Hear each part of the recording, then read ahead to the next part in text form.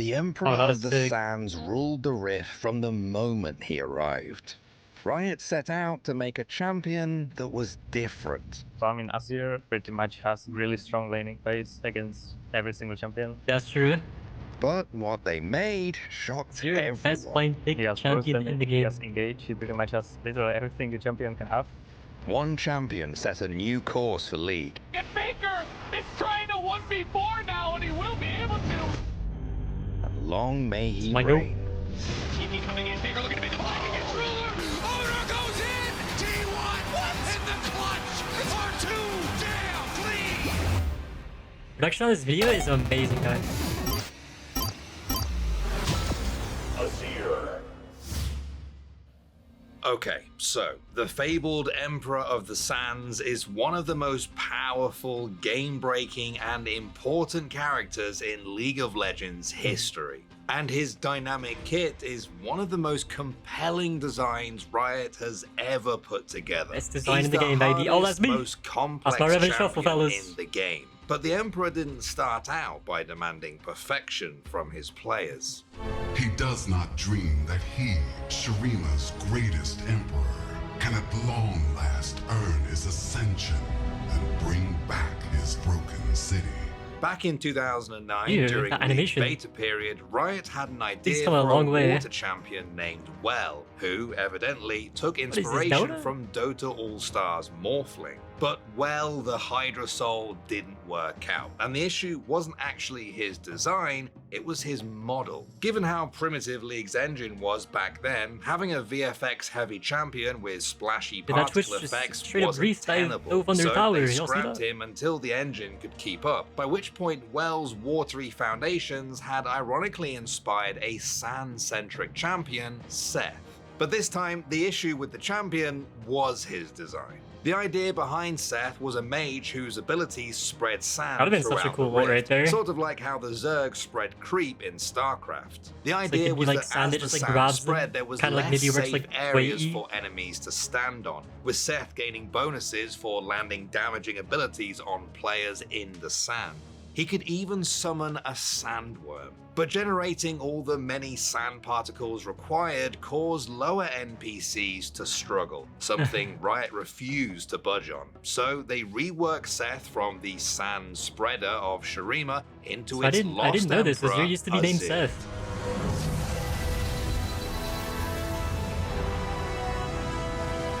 Man, that's badass.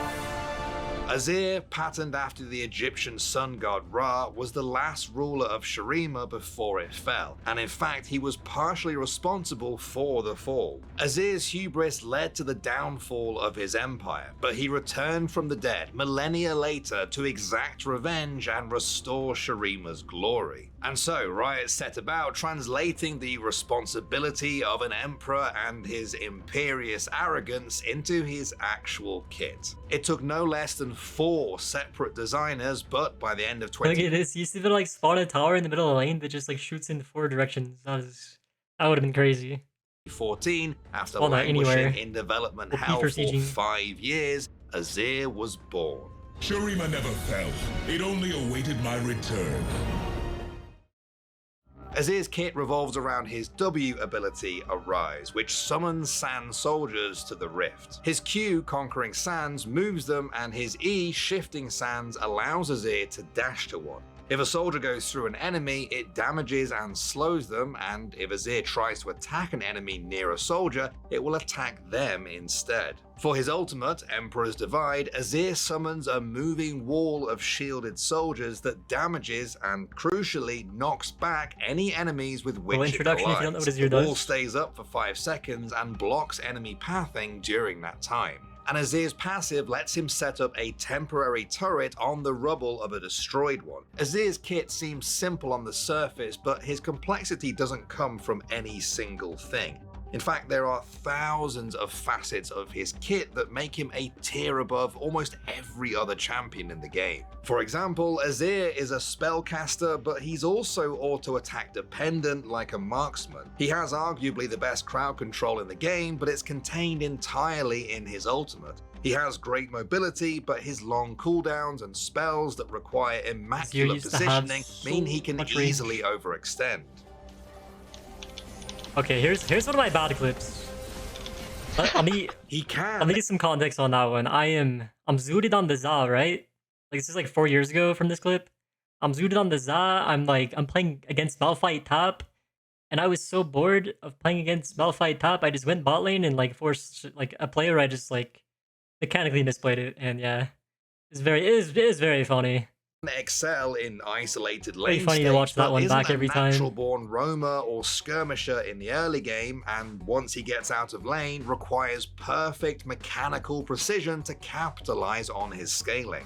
Azir demands you pilot him with incredible skill, using 6 inputs to do what other champions might do in 2. But the reward for living up to his domineering standard He's is a lot more staggering. effort than most Vengeful champions. Maelstrom is just completely stopping hardly any damage from hitting Clear Love. Daft in a bad spot. Flash Mario, into the you get pit ours, by your buff, himself lads. there, and he's almost staying That's alive. 14, It is 20 Mario who's for going to be you to able to get take your him buff. down, but SKT has lost 3. Now This 4 clip members right in here a is like quadra kill back for when Braun.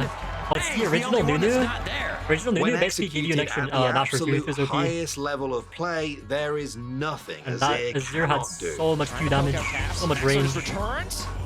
Not gonna get the CC, sleep control over, not gonna kick. Nice side step. As clip shows, Azir is amazing safety with his EQ. Still doesn't even have to cleanse either. That makes him such a good blind pick. Ultimate's coming out. That range and safety Out to safety. helps him but scale. In goes Caps.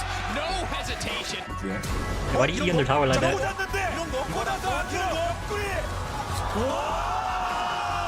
Azir in that clip got instant by Gragasol and then ults him all away and escapes. Very well played. Yeah, we're gonna be seeing a lot of pro clips. Azir just dominating team fights. Sends him to Viper. Flash? Wow. Flashing away was so Level 18 is here. He's gonna destroy them all. Shallow who's coming back in. No ulti. Care in front of the elder. Look at that damage with that DPS. Everybody's dead. He can quickly kill isolated enemies, is virtually ungankable, scales stupendously well, and complements any lineup. So I mean, True. Azir pretty much Azir fits has in every a comp. really strong laning phase The best against every single champion. He has burst The ones with the damage, front line, he the has CC. huge escape, he has Help Azir, engage, like, he pretty much auto-attack. has literally everything a champion can have. He has high consistent damage. He can even build tanky, as we see with Grasp and stuff like that. So this champ just pretty much does everything. Azir And has so perhaps many most viable importantly, keystones. his ability to split a team fight in half with his ultimate can completely upend a front-to-back team. A well-placed Emperor's Divide can cut a backline off from their frontline defenders and instantly turn the fight in Azir's favor. And the most effective way to utilize Emperor's Divide is with the combo that gives Azir his near-mythical status, the Shurima Shuffle. So right here, in this clip, Azir E has a knockup. I think they removed the knockup because it would pretty much just like set you up for the Shurima Shuffle, like, and there's like no counterplay if you just drift into them. You get knocked up and then you just hit them with the ult for free because they can't like flash it because they're CC'd. That's pretty much what happens here at this Force era. The shuffle itself is W into E, cue the soldier forward while you're still dashing to it so as to manufacture a second dash. But the most iconic uses of the combo also include an ult at the end. Knocks an ult in a Jarvan, the turret goes down, then have a turn, back out, back out. Tyler, one invitation. No, I remember these. 5-man ult from Shift Hill. Peak entertainment. Oh my God, Which needs more tournaments like this. What an ultimate! The Shurima Shuffle doesn't just look cool, it's an extremely powerful way to close the gap, engage an man enemy insect. team, isolate a specific opponent, and just very generally satisfying to pull control off. space. But if you miss, you will be punished. I can ultimate the turret. It's good. Oh my It's god, a I'm going Yogi. for it. I'm going for it. This is the first time this year moment.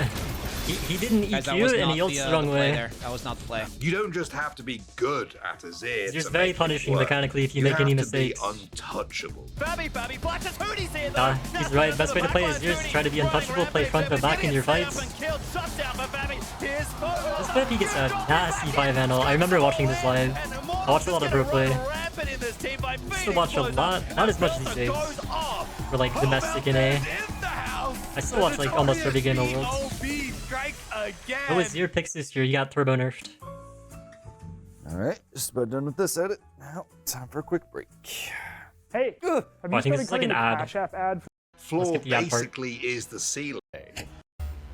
When it comes to Azir, the floor basically is the ceiling. Even his simplest mechanics short-circuit your brain, and it all comes down to his auto-attack. By their own admission, Riot didn't account for how difficult it would be to play a champion whose auto-attack is tied to multiple models. Azir is a marksman with a ranged auto-attack, until he summons a soldier and the soldier starts enacting a melee auto-attack that Azir himself must initiate by clicking on an enemy in auto-attack range of the soldier. And that's not even factoring in the fact that you can have multiple soldiers attacking at once, or the fact that they can be repositioned and that said repositioning is necessary if you want to slow, damage, escape, cast your ultimate, or really just do anything that any other champion can do without having to summon an entirely new champion. Oh, and don't forget, the simple act of repositioning has upwards of a 14-second cooldown. Yep. Using Azir requires living up to the Emperor of the Sand lofty standards. And should you fail, throwing a team fight can feel just as bad as causing the downfall of an entire kingdom.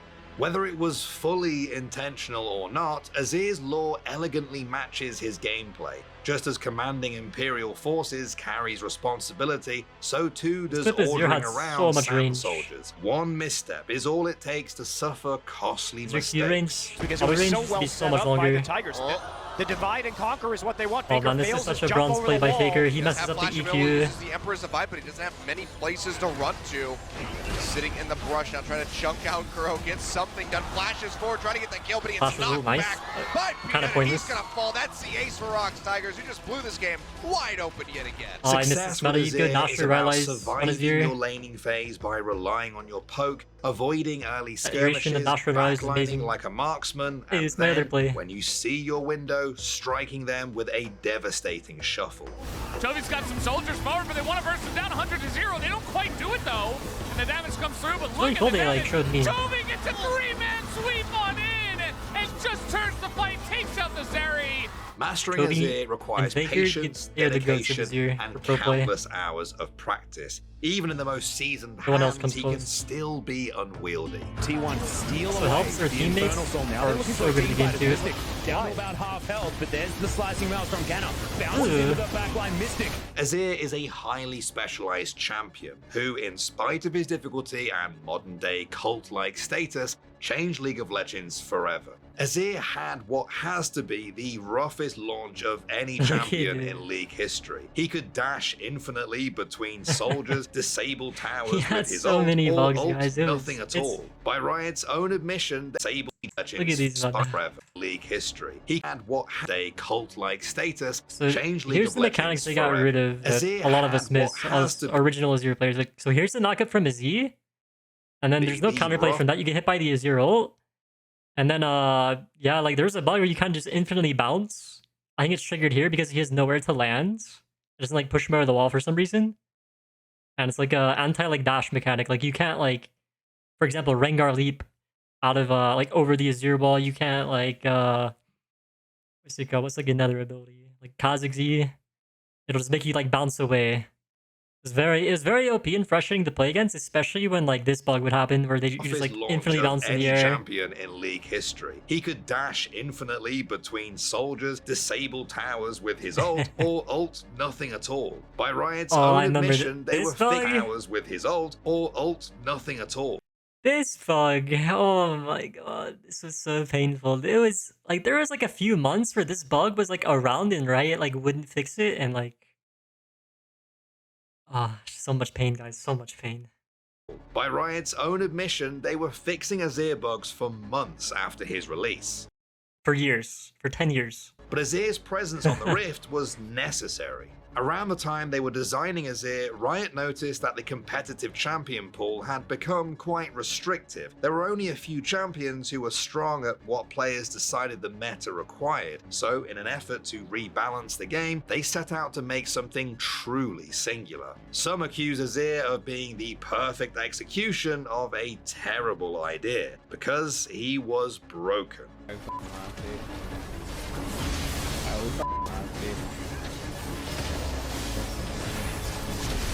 Holy shit, is he actually gonna hold it? It's Bjerg.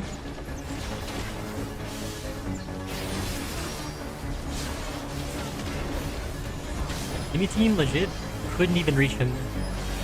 Oh, holy shit, he held it. Oh, I didn't kill him all, but it's close. Balanced champion, dude. Challenging though it was to use, Azir's kit was Your Xim years is the ahead best of in anything Azir. else in League. From the day the Emperor dawned the rift, he all but conquered it. And they want Phoenix in this turret. I remember watching this Pretty live. strong, though. What's He's over there, ultim over there too. His turret, his face is in the bit. Guard randomly dives, the turret. Quadra. So much so that he almost spelled Faker's undoing.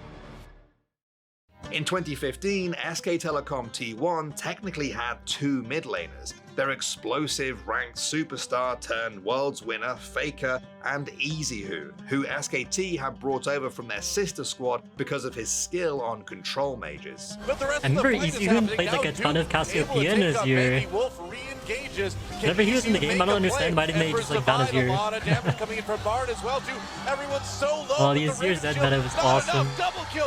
Triple kill from EasyHoon. Ignite Zed versus Exhaust Azir.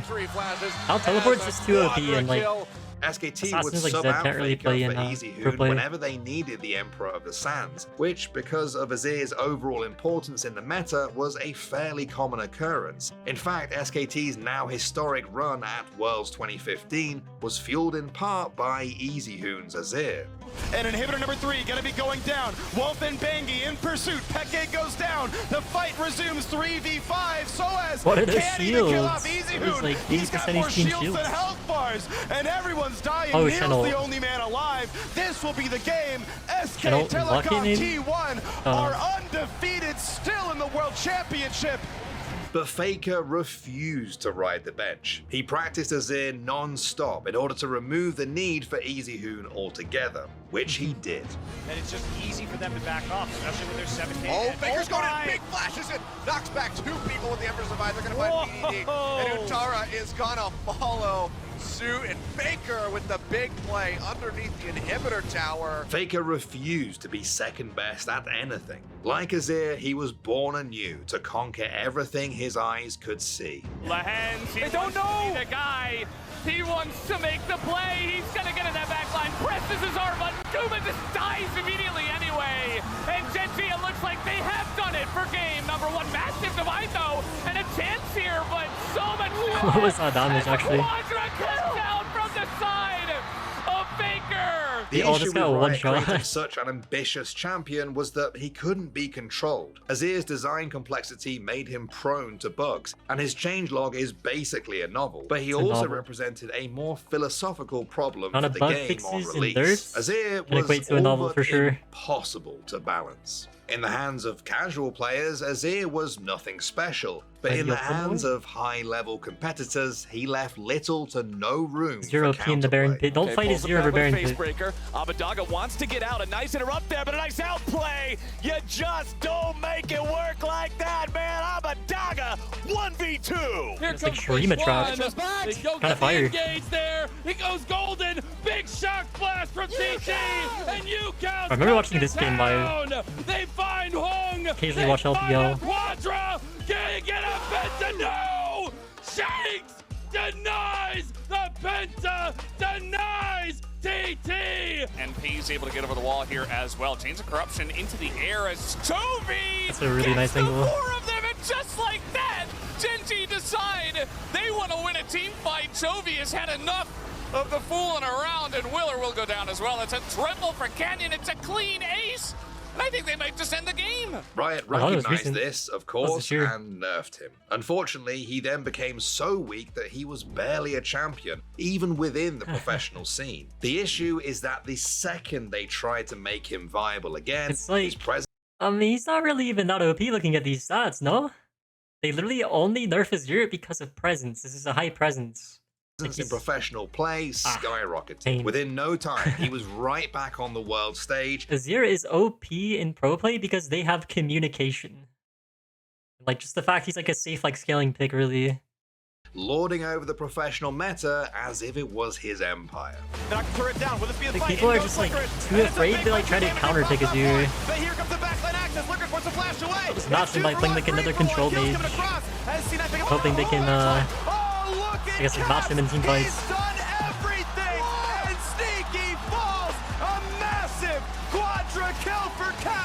And since then, he's never left, at least not really. In fact, with every passing year, he's become more indispensable at the highest level of play, whilst remaining effectively useless in solo queue. Can you stop the Azir nerfs? He's negative win rate? Yeah, it doesn't matter. He's strong in pro. That's the issue. So when you're a champion like Azir, he's probably almost always the reason he's going to be nerfed is because of pro play. And so if he is far too present in pro, over his presence. Right August and right Freak or Xerath. it's unfortunate. That's rough for solo queue, but it means he gets nerfed. Because of his innately powerful but hard to use kit, Azir rides a microscopic line between borderline unplayable and indescribably broken. Any buffs to make him viable for the vast majority of the player base are nearly impossible because they're felt tenfold in professional play, making Azir the most difficult to balance champion Riot has ever created. Azir has a pretty steep mastery curve. The fact that he's intricate and a pretty compelling mechanical champion is not something I want to disappear.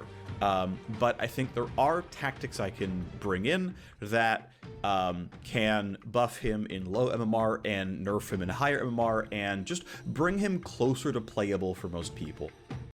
So the changes Freak did on that patch, I don't think did anything for low elo or high elo.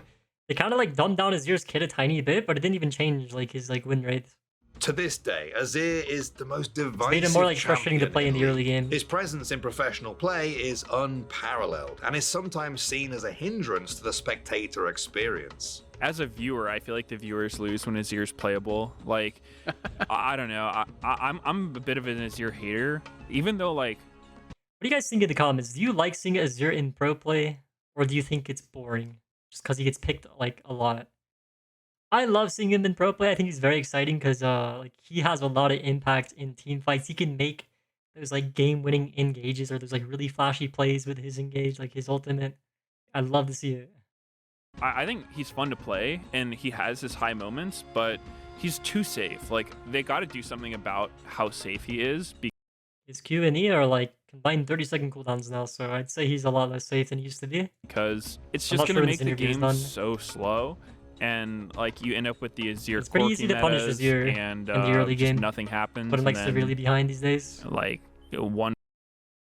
Oh, making an ad. Please let me join your game. Well, in Hail. 2011. Curve. The fact that he's intricate for most people.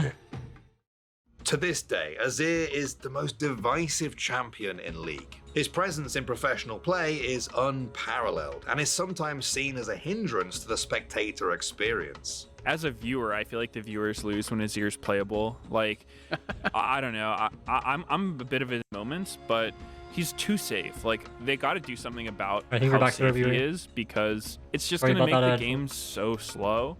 And like you end up with the Azir quirky metas and just nothing happens, and then like one fight happens at 30 minutes and the game's over. Like that's not what we're here for. And while it's true that watching the same two mid laners face off against each other for eternity doesn't seem too appealing, many League players would be happy if his reign lasted forever. Thousands of players picked up this champion because they saw Faker do incredible things. And while they couldn't replicate it, that's a good thing. Azir is an aspirational champion, a pick for pros to demonstrate what peak League of Legends looks like. Because when they do, it can genuinely leave you speechless. Oh shit, okay.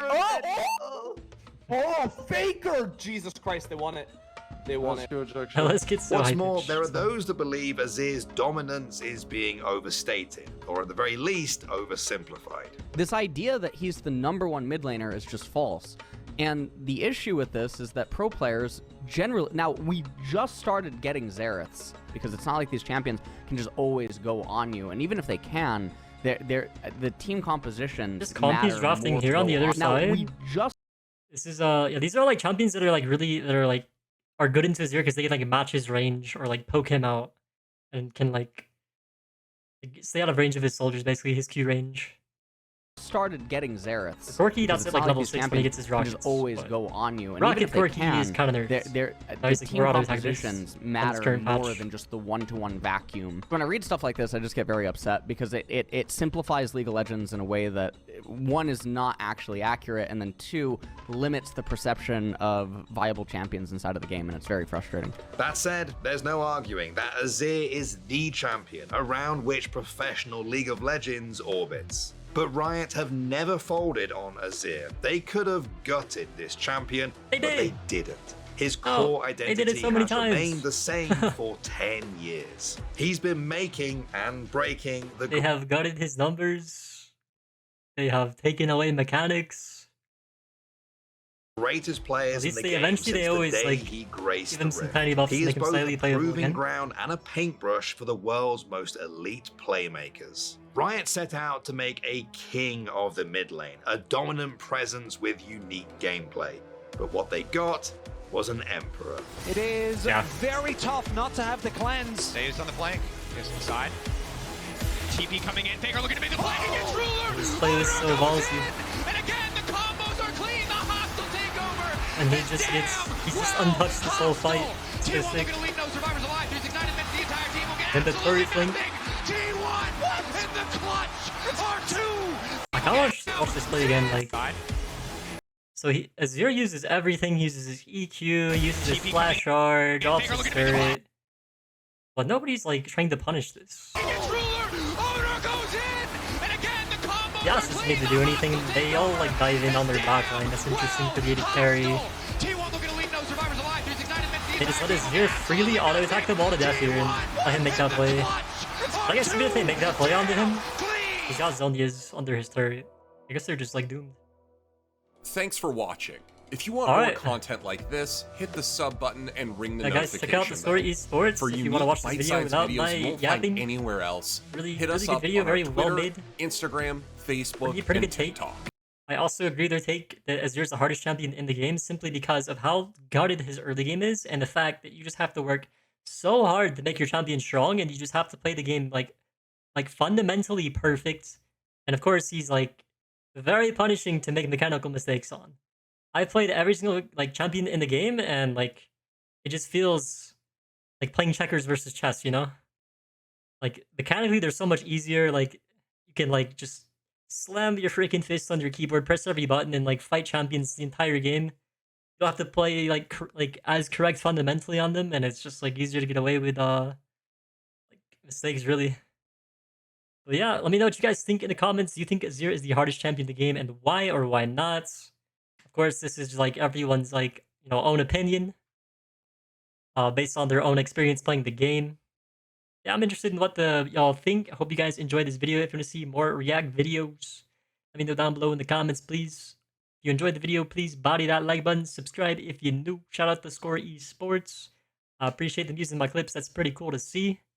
This video has like a ton of views, 187K. That's so cool. But yeah, guys, hope you enjoyed. Thank you for watching. I'll see y'all next time.